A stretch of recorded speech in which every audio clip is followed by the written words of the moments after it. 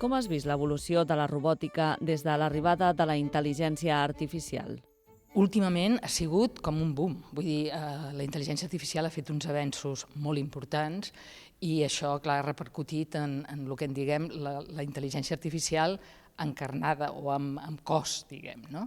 Que és el que ara està molt en voga, perquè no és només els robots com ens els imaginem, humanoides, sinó tot de tecnologies que incorporen aquesta capacitat de percebre l'estat d'ànim de la persona o percebre qui és o el que sigui i d'actuar.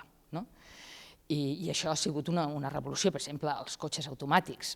Es pot dir que són també que tenen una certa intel·ligència encarnada, artificial i encarnada. I actualment és el punt de recerca màxim. Com defineixes un robot? Per mi ha de poder percebre i interactuar en el món, decidir el que fer i interactuar. Llavors, no és necessari que siguin antropomòrfics, és a dir, no s'han de confondre amb que és un ésser viu com una persona, però han de tenir capacitat d'interacció. Per exemple, els nostres tenen rodes i tenen una cara amb una certa expressivitat i uns braços que els hi permeten això.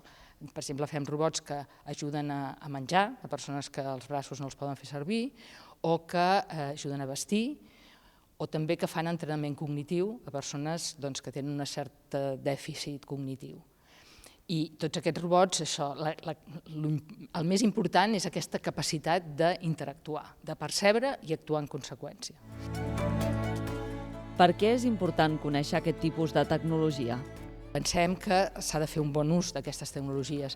I llavors en el nostre grup, clar, van sorgint preguntes. Quan van a l'hospital amb el robot aquest que dona de menjar, per exemple, tornen els becaris o els que han fet l'experiment amb moltes preguntes. M'han dit això, m'han dit allò, llavors com he de respondre?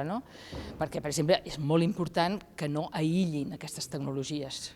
Hi ha el perill de, no sé, si un viu sol a casa i té un robot d'aquests, que digui, ja no cal que em vingui a veure la família i la família també digui, bueno, ja està bé amb el seu robot. Doncs això és un perill. També és un perill que els robots no són 100% fiables, diguem-ne, també s'equivoquen.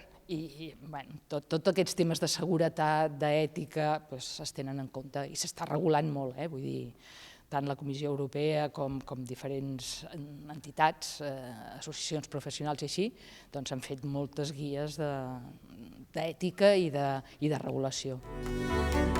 En quin sentit s'orienten actualment els reptes en aquest àmbit? La majoria no comprenen la situació, simplement tenen com un estímul-resposta, són reactius.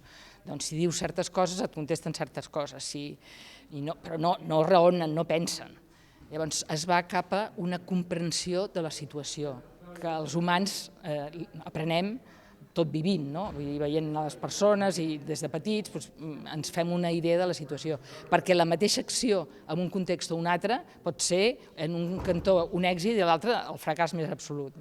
Llavors aquesta situacionalitat, que se li diu, és dir, estar situats en un entorn, en un moment vital de les persones, és molt important, aquesta comprensió de la situació.